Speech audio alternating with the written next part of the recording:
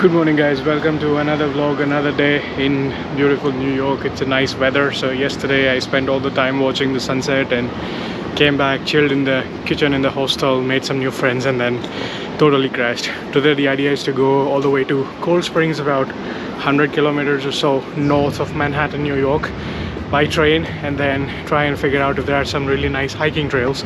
But in the meantime, found these like typical New York houses where there is staircase leading to one house at the top, and then there's another staircase leading to another house at the basement. And this is typically what we see in the movies and TV serials set out in New York, but it's good to see them in real life too. Like, these are very realistic, they are not made up for the movies. Anyways, let's get started with today's vlog. First things first, let's grab some breakfast to go and head on out to the train station.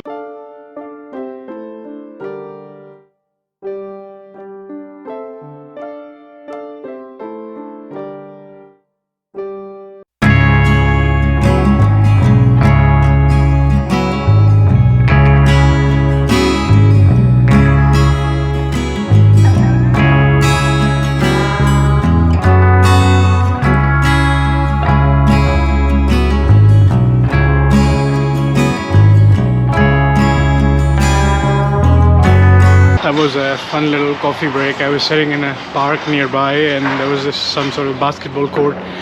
There was a kids event there, so it was very noisy, very chaotic. But yeah, I think people were lining up to go inside as well. I had no business. I was just sitting outside enjoying my coffee. That reminded me of the good old Portugal days where I went to a new bakery every day, had some croissant and pies. That was very tasty. So I found some other coffee shops in the vicinity. Maybe in the coming days I'll try like a different coffee shop every other day. Let's see how that goes. But breakfast is done. Headed to the train station now.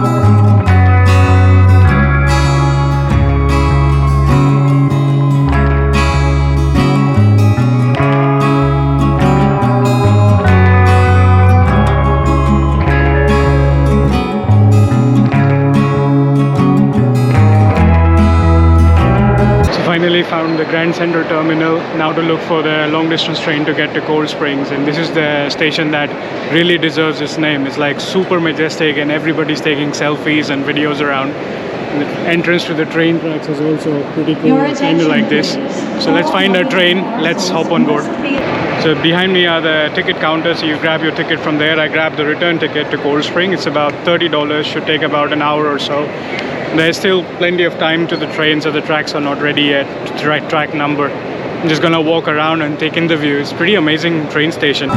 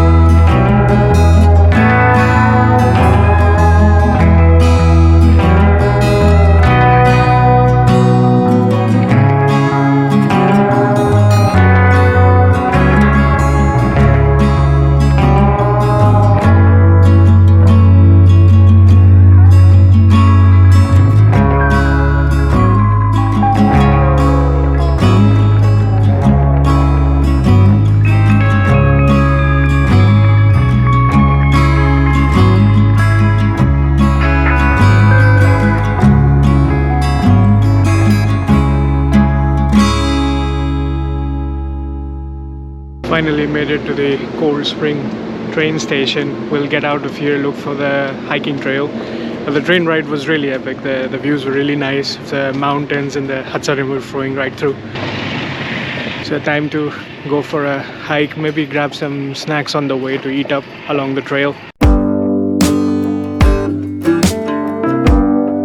Also, one more thing that I noticed about this train, the ride was very smooth and it's an air-conditioned train, but just before they're closing the doors, they have a buzzer that they ring. It reminded me of the ones in Japan. It's the exact same sound. It's like very nostalgic and good old memories. That's the Cold Spring Station. Let's head on out towards the, I don't know if this qualifies as a town or a village, but it's relatively small compared to the New York City, but that's why hiking here should be fun, and it's very quiet and look like it's completely empty. It's like not a soul inside.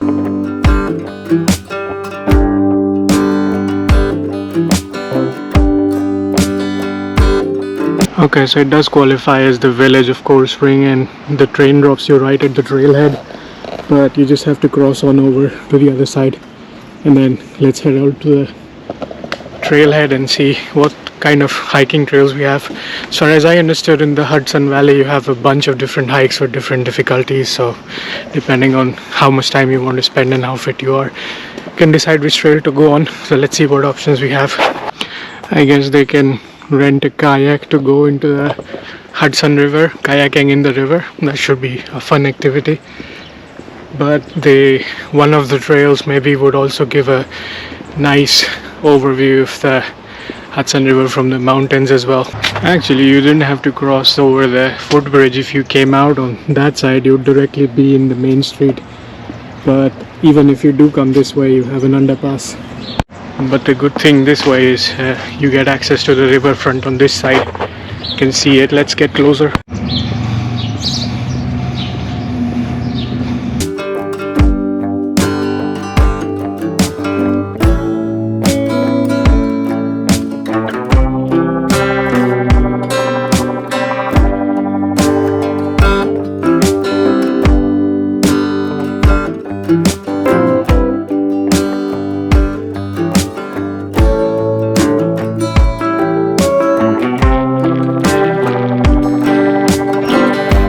Views here are really nice. Maybe after I'm done with the hike, I come here to take a short rest before heading back to downtown New York. Could be pretty nice and relaxing after, depending on how very intense the trail is, but at least the views are gonna be very refreshing.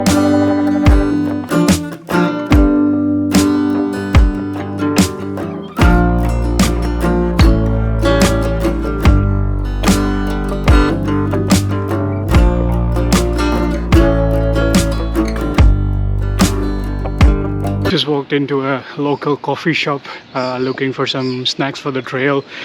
The staff was really friendly. They suggested a nice lemonade, and there was some honey Danish with something else, and then chocolate chip cookie. That should do it for the trail. And I also asked them for the trailhead because there are no signs to get to the trailhead, but I know for a fact that it's very close, so they guided me. So walking down Fair Street, hopefully it should be somewhere along this area, because there's at least a bold sign for municipal parking, and I guess that is typically close to the trailhead. So let's see when we get there.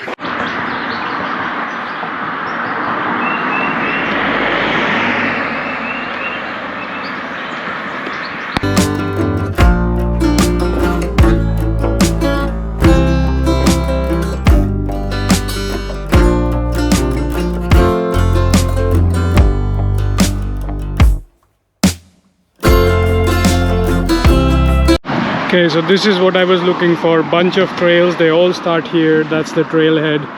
So save this information for you. This is the Highway 90, so it's like right off it, and you start with this kind of nice little view.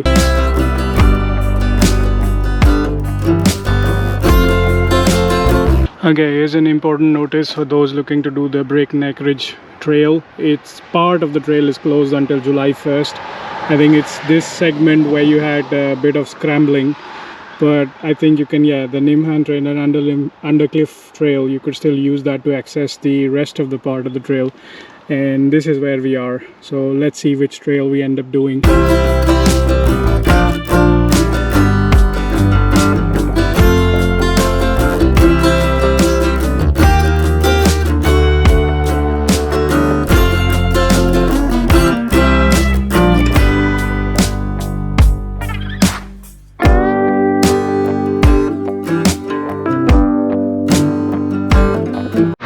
Okay, so here is where we have to make a decision. 3 trails go that way and the little stony point goes this way. So I still have to think which one I want to do based on the difficulty, and it's about 2 p.m. so I want to spend about 3 odd hours in this Hudson Highland State Park. So let's see which one we end up doing.